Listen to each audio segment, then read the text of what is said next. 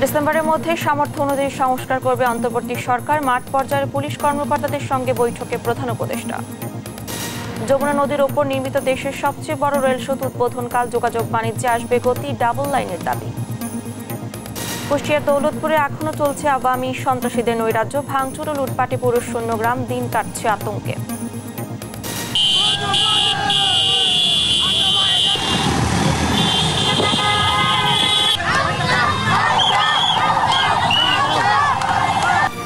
এবং লাল সবুজের জার্সিতে খেলতে দেশে এলেন ইংলিশ ফুটবলার হামজা চৌধুরী। বর্ণিল আয়োজনে বরণ হবিগঞ্জ উৎসবের আমেজ।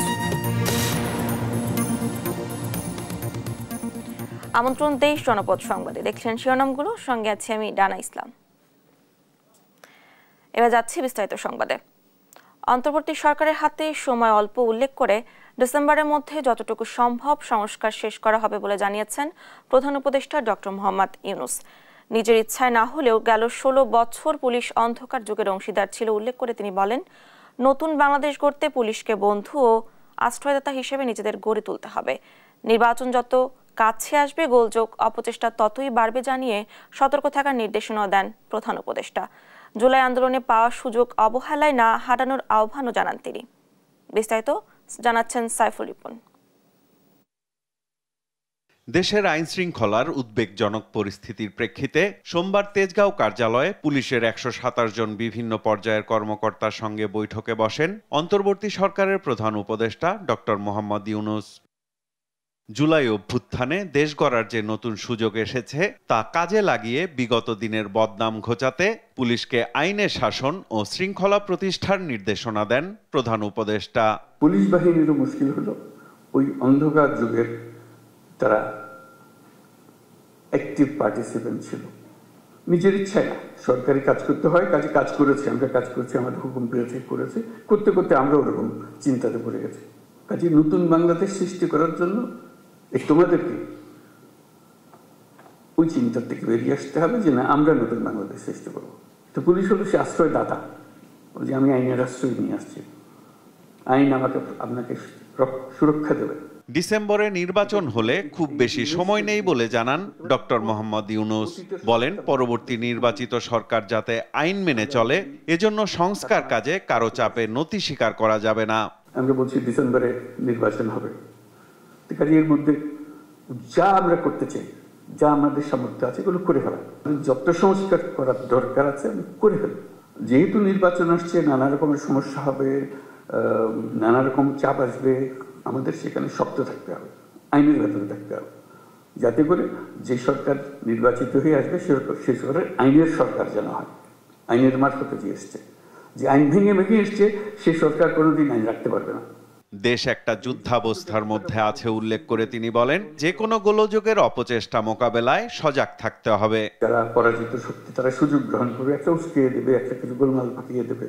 সে তো সম্মুখ যুদ্ধে আসতে পারছে না, সে কথা একটা প্রচার করবে, প্রচার করে দিয়ে একটা মহাকাণ্ড তুলে দেবে যে এই ওকে মেরে হয়েছে, ও কি হয়েছে, ও এইরকম করেছে।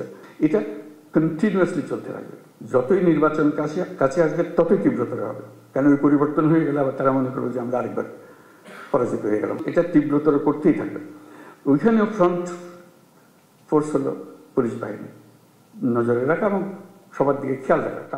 নারীর নিরাপত্তাহীনতা মেনে নেওয়া যায় না মন্তব্য করে যথাসম্ভব আইন প্রয়োগের নির্দেশনাও দেন প্রধান উপদেষ্টা। আমাদের দেশের অর্ধেক মানুষ অসহায় হয়ে পড়েছে, তাদের প্রতি দৃষ্টি দেওয়ার কেউ নাই। তার রাস্তাঘাটে চলতে গেলে ভয় লাগে, কথা হলো আপনার মেয়ে রাস্তা দিয়ে যায়, সে ভয়ে বয়ে যায়। এটা কোন ধরনের কথা? সাইফুল রিপন, দেশ টিভি, ঢাকা। ধর্ষণের শিকার হয়েছে মেয়ে, এমন অভিযোগে মামলা করার পর নির্যাতিতার বাবার মরদেহ উদ্ধারের ঘটনায় ভুক্তভোগী পরিবারটির সঙ্গে দেখা করেছেন জামায়াতে ইসলামীর আমির ডক্টর শফিকুর রহমান। সোমবার সকালে বরগুনা শহরে ভুক্তভোগীর বাড়িতে যান তিনি। পরে সাংবাদিকদের জামায়াত আমির বলেন, ভুক্তভোগী ওই পরিবারটির দায়িত্ব নিয়েছে জামায়াত ইসলামী। মাগুরার মতো এই মামলাকে দ্রুত বিচার আদালতে নিয়ে নিষ্পত্তির আহ্বান জানান জামায়াত আমির। এ সময় ভুক্তভোগী পরিবারটির পাশে দাঁড়ানো বিএনপির ভারপ্রাপ্ত চেয়ারম্যান তারেক রহমানকে ধন্যবাদ জানান ডক্টর শফিকুর রহমান।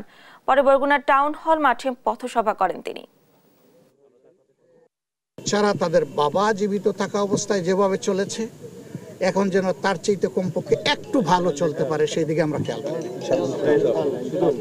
আমরা এও বলেছি, কুলের ছোট্ট শিশুটি নবজাতক, তার বয়স 18 বছর না হওয়া পর্যন্ত আমরা এই পরিবারের সাথে প্রতি মাসে আছি।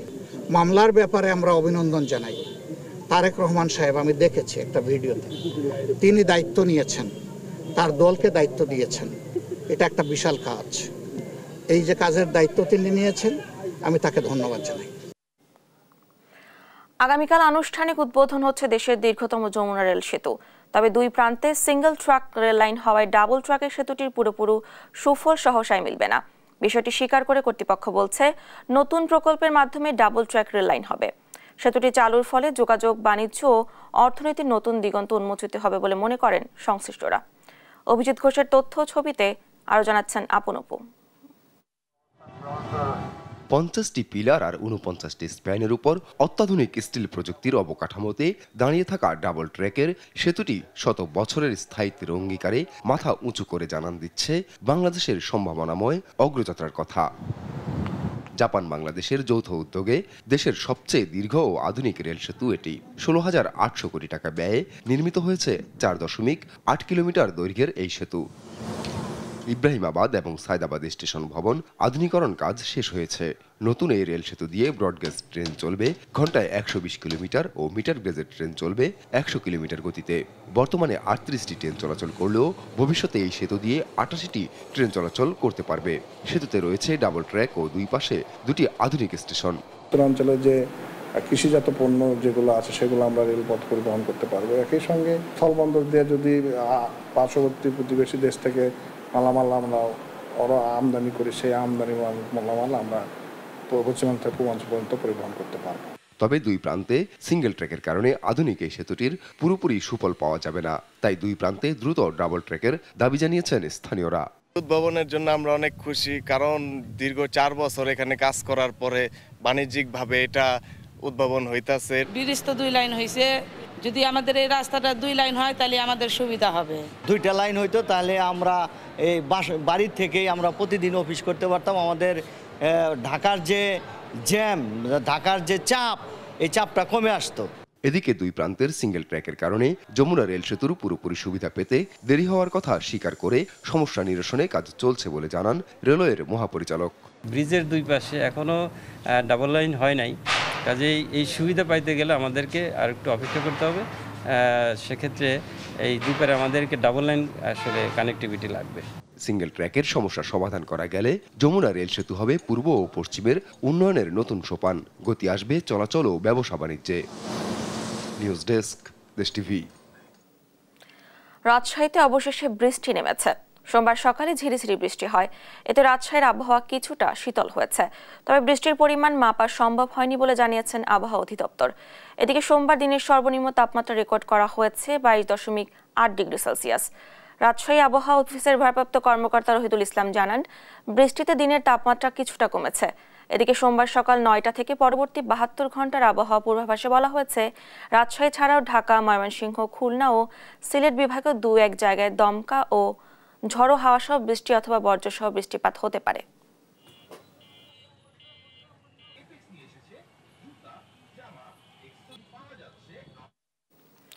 সারা দেশে বাড়ছে যৌন হয়রানির চিত্র। যশোরে প্রতিবেশীর ঘরে ঢুকে শিশুর গলায় ছুরি ধরে তার মাকে সংঘবদ্ধভাবে ধর্ষণের চেষ্টায় ব্যর্থ হয়ে মা মেয়েকে ছুরি আঘাত করে পালিয়েছে দুর্বৃত্তরা। পরে তাদের উদ্ধার করে ভর্তি করা হয় যশোর জেনারেল হাসপাতালে। অন্যদিকে চুয়াডাঙ্গায় একটি বাড়ির গৃহপরিচারিকাকে যৌন হয়রানির চেষ্টা করলে অভিযুক্তকে গণপিটুনি দিয়ে পুলিশে দেয় এলাকাবাসী। সহকর্মীদের তথ্য ছবিতে Tumpa Afroza report. Mobile charge দেওয়ার নামে রোববার রাতে যশোর শহরের একটি বাড়িতে প্রবেশ করে প্রতিবেশী হাসান আলী সহ অজ্ঞাত কয়েকজন যুবক। প্রতিবেশী হওয়ার সুবাদে আগে থেকেই ওই বাড়িতে যাতায়াত ছিল হাসান আলীর। ঘরে অন্য কেউ না থাকার সুযোগে হাসান 4 বছর বয়সী শিশুর গলায় ছুরি ধরে সংঘবদ্ধভাবে তার মাকে যৌন হয়রানির চেষ্টা করে।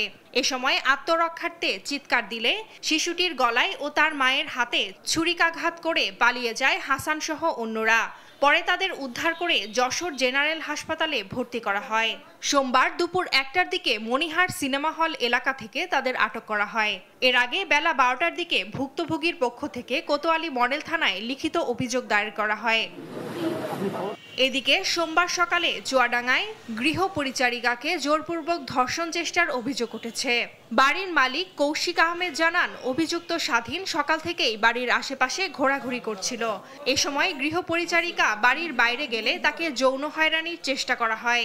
এক পর্যায়ে গৃহ পরিচারিকা চিৎকার দিলে অভিযুক্ত স্বাধীনকে এলাকাবাসী গণপিটুনি দিয়ে পুলিশে দেয়। সমাজে নারীদের নিরাপত্তা নিশ্চিতে কার্যকরী পদক্ষেপ নিয়ে অভিযুক্তদের দ্রুত আইনের আওতায় এনে শাস্তির দাবি করছেন সংশ্লিষ্টরা। নিউজ ডেস্ক, দেশ টিভি।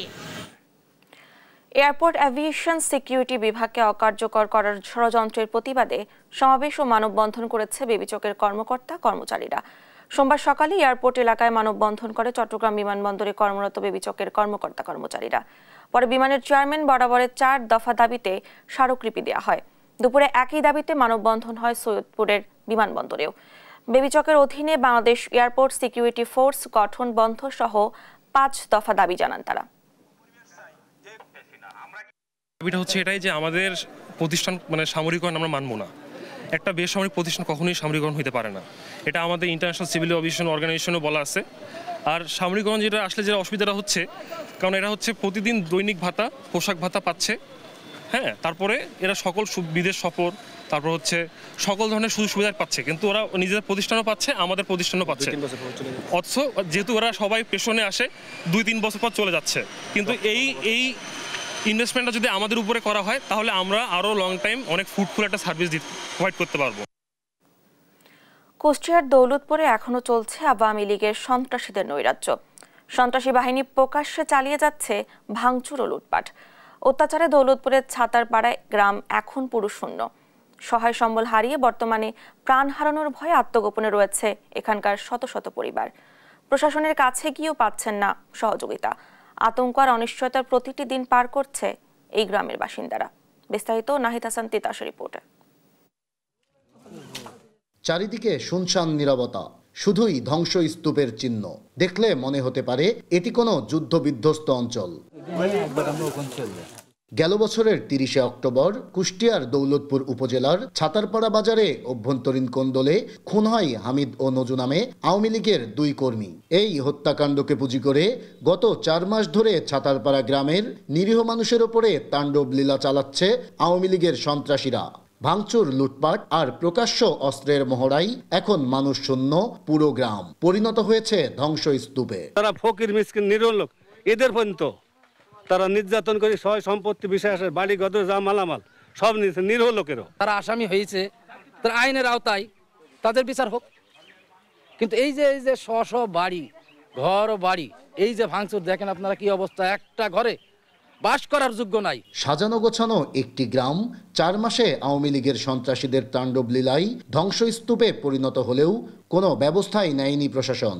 ফলে এমন ঘটনার জন্য প্রশাসনের নির্লিপ্ততাকেই দুষছেন গ্রামবাসীরা। রায়তো পুরুষরা, দিনও মহিলারা নাটি ফালা নিয়ে এসে তাড়িয়ে বেড়ায়।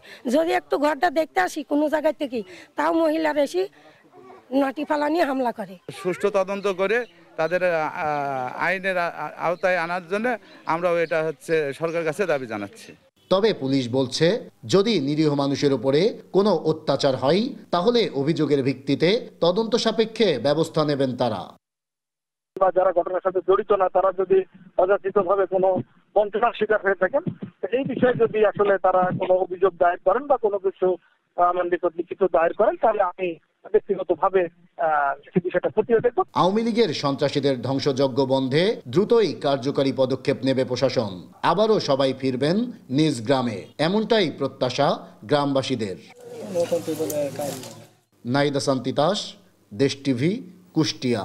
চট্টগ্রাম নগরীতে আইনজীবী সাইফুল ইসলাম আলিফ হত্যা মামলায় গ্রেফতারের 2 আসামিকে জেল গেটে জিজ্ঞাসাবাদের জন্য পুলিশকে অনুমতি দিয়েছেন আদালত।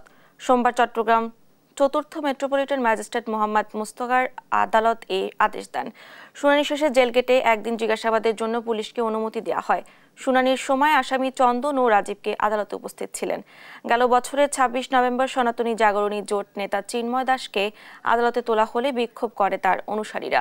এ সময় নৃশংসভাবে খুন হয় আইনজীবী আলিফ। এ ঘটনায় আলিফের বাবা বাদী হয়ে ৩১ জনের নাম উল্লেখ করে হত্যা মামলা করেন। এ ঘটনায় এখন পর্যন্ত ২১ জনকে গ্রেফতার করা হয়েছে। অস্বাস্থ্যকর পরিবেশে সেমাই তৈরির অভিযোগে চট্টগ্রামে ৪টি কারখানাকে ২,৮০,০০০ টাকা জরিমানা করা হয়েছে। সোমবার চট্টগ্রামের রাজখাখলিতে বেশ কয়েকটি সেমাই কারখানায় অভিযান চালিয়েছে ভোক্তা অধিকার সংরক্ষণ অধিদপ্তর। এ সময় সেমাই তৈরির উপাদানে আরশোলা, আয়রনযুক্ত পানি, ধুলাবালি ও অস্বাস্থ্যকর পরিবেশে পাওয়ায় ৪টি কারখানাকে ২,৮০,০০০ টাকা অর্থদণ্ড দেওয়া হয়। পরবর্তীতে একই পরিবেশে প্রমাণ মিললে কারখানাগুলো সিলগালা করে দেওয়া হবে বলে জানান ভোক্তা অধিকার কর্মকর্তারা। বাগেরহাট পৌরসভায় পানি সংকট ও অনিয়মের প্রতিবাদ এবং নাগরিক সুবিধা নিশ্চিতের দাবি বিক্ষোভ জানিয়েছে স্থানীয়রা। সোমবার সকাল ১১টার দিকে পৌরসভা কার্যালয়ের সামনে বিক্ষোভ করে তারা। বিক্ষুব্ধরা জানান, পৌরসভায় পানির তীব্র সংকট রয়েছে। একাধিকবার কর্তৃপক্ষকে অনুরোধ করার পরেও তারা কোনো ব্যবস্থা নেয়নি। দ্রুত পানির সংকট সহ অন্যান্য নাগরিক সমস্যার সমাধান না হলে কঠোর কর্মসূচির হুঁশিয়ারি দেন তারা।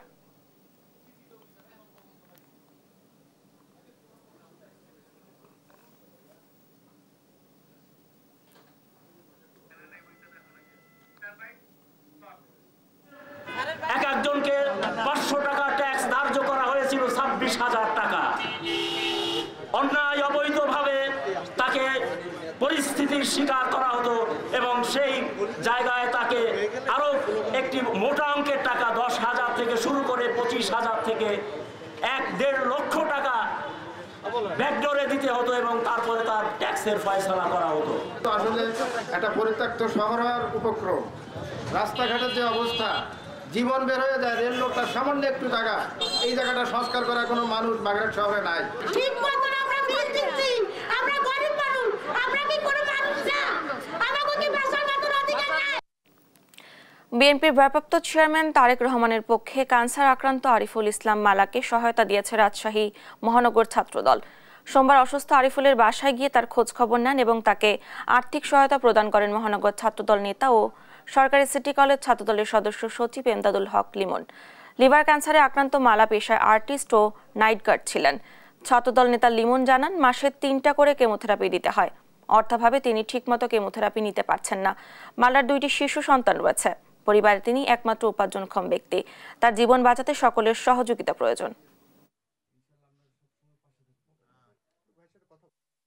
আমরা তার পাশে তার চিকিৎসার জন্য আমাদের বিএনপির ভারপ্রাপ্ত চেয়ারম্যান তারেক রহমানের পক্ষ থেকে, রাজশাহী মহানগর ছাত্র দলের পক্ষ থেকে আমরা তার পাশে আর্থিকভাবে পাশে দাঁড়ানোর চেষ্টা করেছি।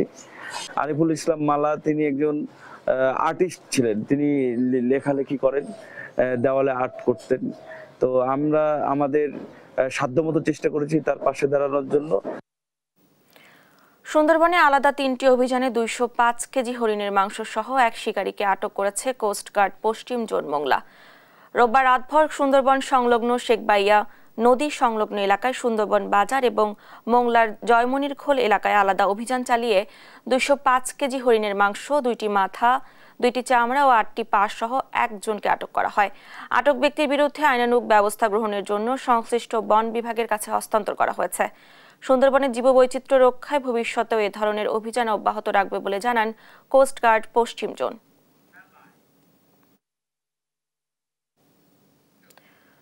জাতীয় ফুটবল দলের হয়ে খেলতে বাংলাদেশে হামজা চৌধুরী।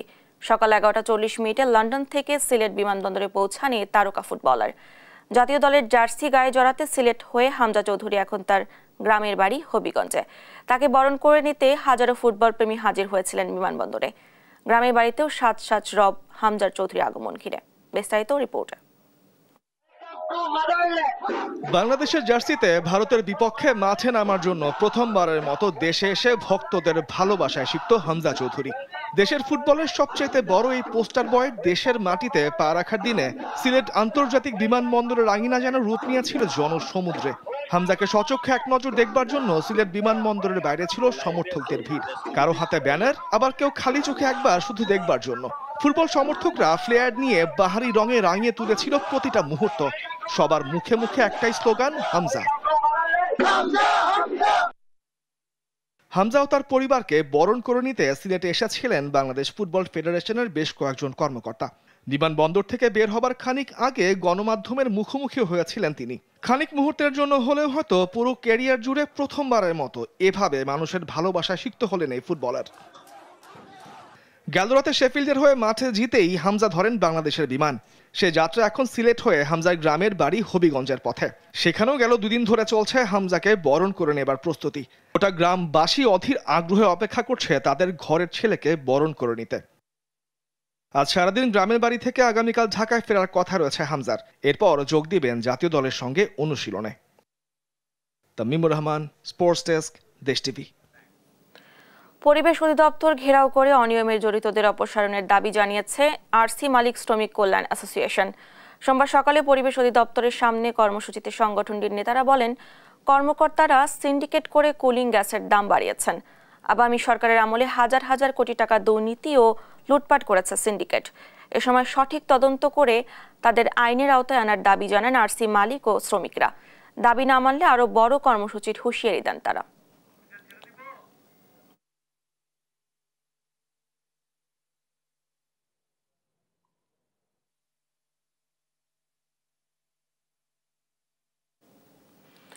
এই ছিল এখনকার দেশ জনপদ সংবাদ। পরে বুলেটিন দেখার আমন্ত্রণ রইল। ধন্যবাদ সবাইকে।